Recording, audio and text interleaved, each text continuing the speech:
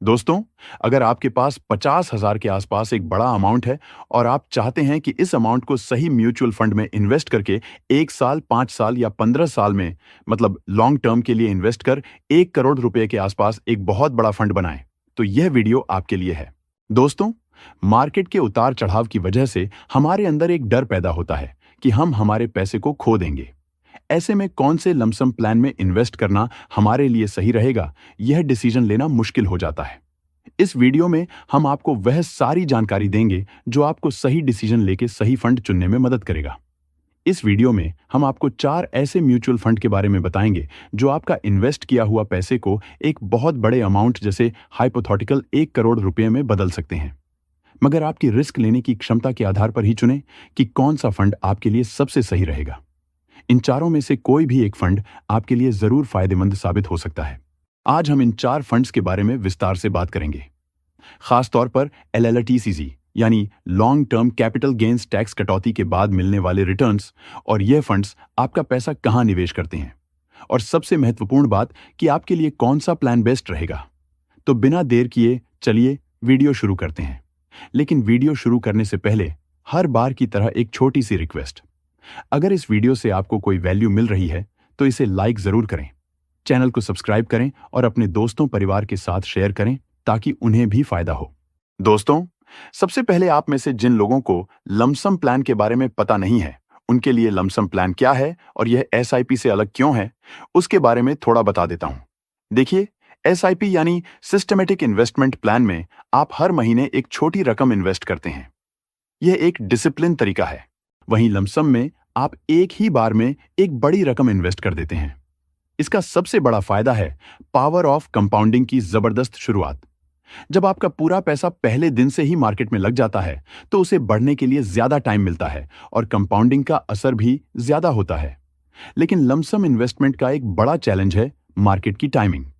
जब मार्केट गिरा हुआ हो तब लमसम इन्वेस्ट करना सोने पर सुहागा हो सकता है, लेकिन ऊंचे मार्केट में इन्वेस्ट करना थोड़ा रिस्की हो सकता है। तो लमसम किसे करना चाहिए? जिनके पास अचानक कोई बड़ी रकम आई हो, जो इन्वेस्टर्स मार्केट के उतार चढ़ाव को समझते हैं और थोड़ा रिस्क ले सकते हैं, और जिनका इन्वेस्टमेंट का नजरिया कम से कम 5 से 7 साल या उससे ज्यादा का हो। अभी सोच के बताइए, क्या आप लमसम इन्वेस्टर हैं? अगर हैं तो कमेंट में जरूर यस टाइप कीजिए, जिससे मुझे पता चले कि लमसम इन्वेस्टमेंट में आप बहुत ही इंटरेस्टेड हो। तो अब बात करते हैं सबसे पहले फंड की, जो है एडेलवेइस मिड कैप फंड। यह फंड मीडियम रिस्क लेने वालों के लिए बना हुआ है। लार्ज कैप के मुकाबले इसमें रिस्क थोड़ा ज्यादा है, क्योंकि यह लार्ज कैप कंपनीज की तरह पूरी तरह स्टेबल कंपनियों में नहीं, बल्कि देश की मीडियम साइज की कंपनियों में पैसा लगाता है। यह वो कंपनीज हैं जो अभी ग्रोथ के फेज में हैं और आने वाले सालों में बड़ी कंपनी बनने की क्षमता रखती है। अगर आप एक ऐसे इन्वेस्टर हैं जो थोड़ा ज्यादा रिस्क लेने को तैयार हैं और बदले में लार्ज कैप से बेहतर ग्रोथ की उम्मीद रखते हैं, तो यह फंड आपके लिए एक अच्छा ऑप्शन हो सकता है। मिड कैप कंपनीज मार्केट के उतार चढ़ाव में लार्ज कैप कंपनीज के मुकाबले ज्यादा वॉलेटाइल रहती हैं, यानी शॉर्ट टर्म में इसमें उतार चढ़ाव ज्यादा देखने को मिल सकता है। इसका फंड साइज भी काफी बड़ा हो चुका है। इसका AUM यानी एसेट्स अंडर मैनेजमेंट लगभग 17,748 करोड़ है, जो इस पर इन्वेस्टर्स का बढ़ता भरोसा दिखाता है।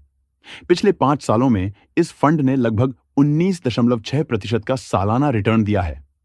यह फंड दिसंबर 2007 में लॉन्च हुआ था और तब से लेकर आज तक करीब 18 साल में इसने लगभग 13.9% का CAGR यानी सालाना रिटर्न दिया है। इसके टॉप होल्डिंग्स में multi commodity exchange of India, BSE limited, the federal bank और AU स्मॉल फाइनेंस बैंक जैसे नाम शामिल हैं। तो अगर आप सेफ्टी के साथ एक अच्छी ग्रोथ चाहते हैं तो एडेलवेइस मिड कैप फंड आपके लमसम अमाउंट के लिए एक सॉलिड चॉइस है। चलिए अब देखते हैं पावर ऑफ कंपाउंडिंग का कमाल। अगर आपने इस फंड में 50,000 रुपए का लमसम इन्वेस्ट किया होता तो 13.9% के हिस्टोरिकल एनुअल रिटर्न के हिसाब से आपकी इन्वेस्टमेंट की वैल्यू हो सकती थी 10 साल में लगभग 1,83,741 रुपए, 20 साल में लगभग 6,75,219 रुपए, 25 साल में लगभग 12,94,384 रुपए, 1,25,000 रुपए के ऊपर जब आपका फंड का वैल्यू होता है, तब आपको फंड विथड्रॉल करते समय LTCG यानी long term capital gains tax देना पड़ता है, जो 12.5% है। 25 साल बाद आपका 50,000 का इन्वेस्टमेंट का कुल वैल्यू टैक्स के बाद लगभग हाइपोथेटिकल 11,32,586 होगा। आपको लग रहा होगा कि 11 लाख 25 साल में तो बहुत ही कम है। हाँ, सही बोला आपने। इसीलिए वीडियो अंत तक देखिए, आपकी ख्वाहिश पूरी हो जाएगी। फंड नंबर 2 है ICICI prudential flexi cap fund. यह उन इन्वेस्टर्स के लिए है जो एक ही फंड में डाइवर्सिफिकेशन चाहते हैं। फ्लेक्सी कैप का मतलब है फ्लेक्सिबल। यह फंड किसी एक मार्केट कैप में बंधा नहीं है, बल्कि फंड मैनेजर को पूरी आजादी होती है कि वो लार्ज कैप, मिड कैप और स्मॉल कैप तीनों में से जहां भी मौका दिखे वहां पैसा लगाए। 2026 के लिए एक स्मार्ट चॉइस क्यों है? जब मार्केट के अलग अलग सेगमेंट्स में मौके बदलते रहते हैं, तब यह फंड फ्लेक्सिबिलिटी की वजह से उस बदलाव के साथ ढल जाता है। जब मार्केट साइकिल के हिसाब से सही सेगमेंट में एक्सपोजर बढ़ाया जाता है, तो इस फंड के रिटर्न बैलेंस्ड और स्टेबल होते हैं। इसके नंबर्स भी ठीक ठाक इंप्रेसिव हैं। इसका फंड साइज यानी AUM लगभग 22,507 करोड़ का है। ICICI prudential flexi cap fund ने पिछले 5 साल में लगभग 14.96% का CAGR रिटर्न दिया है और ऑल टाइम यानी लॉन्च से लेकर अब तक लगभग 14.59% का CAGR रिटर्न दिया है। अगर आप एक ऐसे इन्वेस्टर हैं जो एक ही फंड में मल्टी कैप डाइवर्सिफिकेशन चाहते हैं और मार्केट साइकिल के साथ फ्लेक्सिबल अप्रोच पसंद करते हैं, तो ICICI prudential flexi cap fund आपके पोर्टफोलियो के लिए सही रहेगा। चलिए अब देखते हैं इस स्ट्रेटजी का रिजल्ट। अगर आपने इस फंड में 50,000 रुपए का लमसम इन्वेस्ट किया होता, तो 14.59% के हिस्टोरिकल एनुअल रिटर्न के हिसाब से आपकी इन्वेस्टमेंट की वैल्यू हो सकती थी 10 साल में लगभग 1,95,351 रुपए, 20 साल में लगभग 7,63,242 रुपए, 25 साल में लगभग 15,08,639 रुपए। LTCG कटने के बाद आपको मिल सकता था लगभग हाइपोथेटिकल 13,20,059 रुपए। याद रखो भाई, नीचे जो रिटर्न दिख रहे हैं वो फिक्स नहीं है। मार्केट का मूड बदलता रहता है, कभी मजेदार गेन मिलेंगे तो कभी थोड़ा कम। तीसरा फंड जो अच्छे डाइवर्सिफिकेशन के लिए बेस्ट है और उनके लिए भी बेस्ट है जो इन्वेस्टर्स सिर्फ इक्विटी में सारा रिस्क नहीं लेना चाहते, बल्कि अपने पैसे को अलग अलग एसेट क्लास में बांटकर रखना चाहते हैं, उनके लिए Nippon India multi asset allocation fund best रहेगा। यह फंड सिर्फ मिड कैप या लार्ज कैप जैसी एक ही कैटेगरी में इन्वेस्ट नहीं करता, बल्कि इक्विटी, डेट और गोल्ड कमोडिटी जैसे कई एसेट क्लासेस में एक साथ पैसा लगाता है। 2026 के लिए क्यों है यह खास? जब इक्विटी मार्केट में उतार चढ़ाव बढ़ता है, तब डेट और गोल्ड जैसे एसेट क्लास पोर्टफोलियो को बैलेंस करने में मदद करते हैं, जिससे ओवरऑल रिस्क कम हो जाता है। इसका फंड साइज यानी AUM लगभग 16,000 करोड़ का है। इस फंड का 5 साल का सालाना रिटर्न लगभग 15.18% रहा है। यह फंड अपना पैसा फाइनेंशियल सर्विसेज, एनर्जी, टेक्नोलॉजी और यूटिलिटीज जैसे सेक्टर्स के साथ साथ गोल्ड और डेट इंस्ट्रूमेंट्स में भी लगाता है। अगर आप ज्यादा रिस्क लिए बिना अपने पोर्टफोलियो में स्टेबिलिटी और डाइवर्सिफिकेशन दोनों चाहते हैं, तो यह फंड आपके पैसे को स्टेडी तरीके से बढ़ा सकता है। यह फंड अगस्त 2020 में लॉन्च हुआ था और तब से लेकर आज तक लगभग 18.12% का CAGR यानी सालाना रिटर्न दिया है। तो चलिए अब देखते हैं मिड कैप का दम। अगर आप इस फंड में 50,000 रुपए का लमसम इन्वेस्ट करते, तो 18.12% के हिस्टोरिकल एनुअल रिटर्न के हिसाब से आपकी इन्वेस्टमेंट की वैल्यू हो सकती थी 10 साल में लगभग 2,63,918 रुपये, 20 साल में लगभग 13,93,054 रुपये, 25 साल में लगभग 32,0497 रुपये, 12.5% LTCG टैक्स कटने के बाद आपको मिलेगा लगभग हाइपोथेटिकल 28,45,00 रुपये। और अब बात करते हैं फंड नंबर 4 की, जो है Motilal Oswal small cap fund. छोटी कंपनियों में बड़े ग्रोथ का मौका। यह फंड खास तौर पर स्मॉल कैप कंपनीज में इन्वेस्ट करता है, यानी वो कंपनीज जो अभी अपने ग्रोथ जर्नी की शुरुआत में हैं और आने वाले सालों में मिड कैप या लार्ज कैप बनने की क्षमता रखती है। 2026 में इसमें इन्वेस्ट क्यों करें? स्मॉल कैप सेगमेंट में सबसे ज्यादा ग्रोथ पोटेंशियल होता है, क्योंकि यह कंपनीज अभी छोटी हैं और बिजनेस एक्सपेंशन के शुरुआती फेज में है।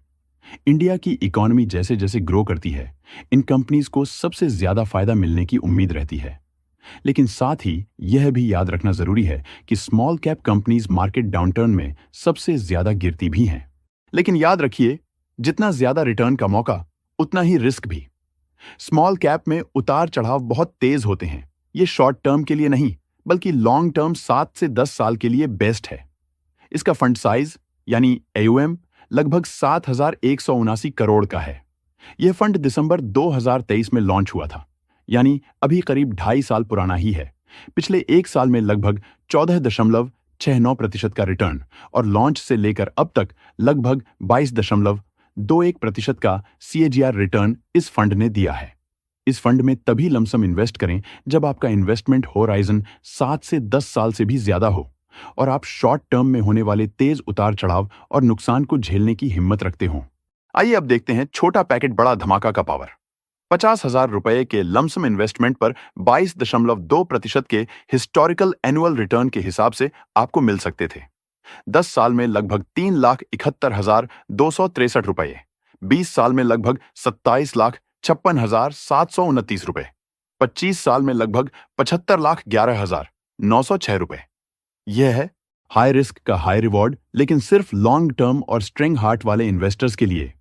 12.5% LTCZ टैक्स के बाद आपको मिल सकता था लगभग हाइपोथेटिकल 65,72,918 रुपए। तो यह थे 2026 के 4 बेहतरीन लमसम प्लान्स। लेकिन अब सबसे बड़ा सवाल यह है कि इनमें से आपके लिए कौन सा सही है। इसका जवाब 3 चीजों पर डिपेंड करता है: आपका गोल, आपका टाइम होराइजन और आपका रिस्क प्रोफाइल।